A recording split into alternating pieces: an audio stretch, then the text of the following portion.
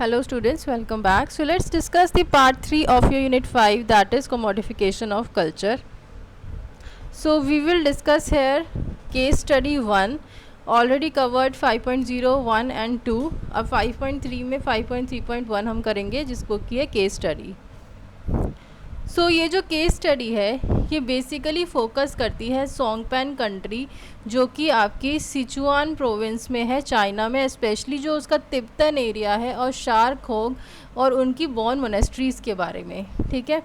Then जब China ने opening of the west ये कैंपेन स्टार्ट किया था 1919 में, ये जो एरिया था ना it was promoted as eco tourism destination, जिसकी वजह से मेजर टूरिज़्म ड्रिवन चेंजेस भी आए.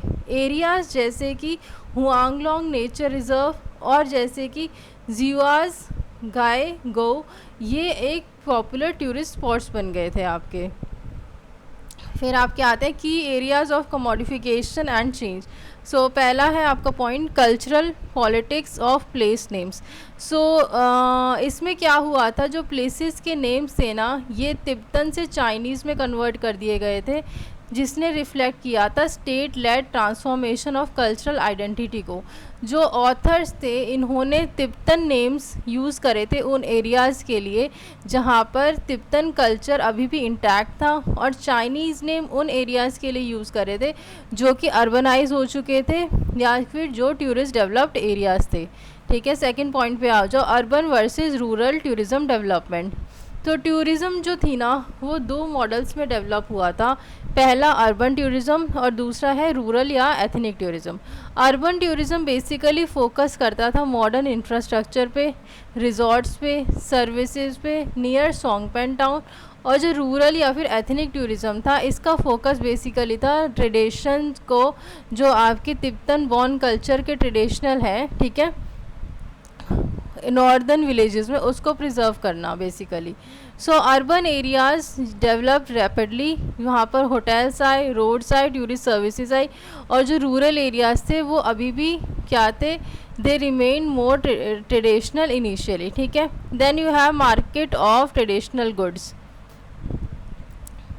जिसमें आ गया आपका Tibetan and Chinese medicinal plants और एनिमल प्रोडक्ट्स. ये इनको मार्केट किया गया as a traditional local goods and they were also processed and sold through Songpan country Huanglong tourism market development company. इनको प्रोसेस किया गया और बेचा गया किसके द्वारा, Songpan country Huanglong tourism market development company. और इसका एम ये था कि कल्चरल नॉलेज के साथ साथ आपकी इकोनॉमिक डेवलपमेंट भी हो. ठीक है, कि भाई कल्चरल नॉलेज का तो कॉम्बिनेशन हो ही, साथ साथ इकोनॉमिक डेवलपमेंट भी हो. Then you have Bon monasteries and monastic revival. So Bon monasteries जो थी ना पहले जो लोकल विलेजर्स थे वो उसको मेंटेन करते थे और आउटसाइडर का सपोर्ट बहुत ज़्यादा कम रहता था यहाँ पर. ठीक है, मतलब कम रहता था. और जैसे ही टूरिज़्म आया तो मोनेस्ट्रीज़ को लीज पे दिया गया टू टूरिज़्म एजेंसीज़ को, और जिसकी वजह से ज़्यादा टूरिस्ट अट्रैक्ट हों और एक्सटर्नल फंडिंग भी आए. मोनेस्ट्रीज़ फेस्टिवल्स जो पहले लोकल इवेंट्स होते थे अब वो एक टूरिस्ट अट्रैक्शंस बन गए थे. So commodification of religion and culture. So जो मोनेस्ट्रीज़ को लीज़ किया गया था ना इसको कैसे देखा गया, एक कमोडिफिकेशन ऑफ सेक्रेड स्पेस की तरह देखा गया कि भाई इसको एक कमोडिटी की तरह बना दिया गया है जिसको ख़रीदा और बेचा जा सके. ठीक है. चाइनीज़ वुमेन जो थी वो आ गई थी एज अ टूरिस्ट गाइड और इस स्पेसिस में, जिसने जो पहले ये था कि पहले सिर्फ जेंट्स ही आ सकते थे एज अ टूरिस्ट गाइड, अब ये जेंडर टैबू को ब्रेक किया था, which also symbolize cultural shift due to tourism. जिसने ये भी दिखाया कि जो कल्चर का शिफ्ट है वो कैसे हुआ है टूरिज़्म की वजह से. फिर आपके language barriers. So language barriers जो थे ना this basically led to local Tibetans rely on Chinese guides instead of Chinese control, increasing Chinese control over tourist experience. जो लैंग्वेज बैरियर्स से ये बेसिकली क्या हुआ, this led to Tibetans to rely on Chinese guides. तो basically इसने led किया Tibetans को Chinese guides पर रिलाई करने के लिए और increasing Chinese control over the tourist experience. नीचे आ जाओ, cultural identity crisis and conflict. Born religious practices जो थी, जैसे कि एंटी क्लॉकवाइज सरकम मैम्बुलेशन, ये डिफरेंट थी मेन स्ट्रीम तिब्बतन बुद्धिज़्म से।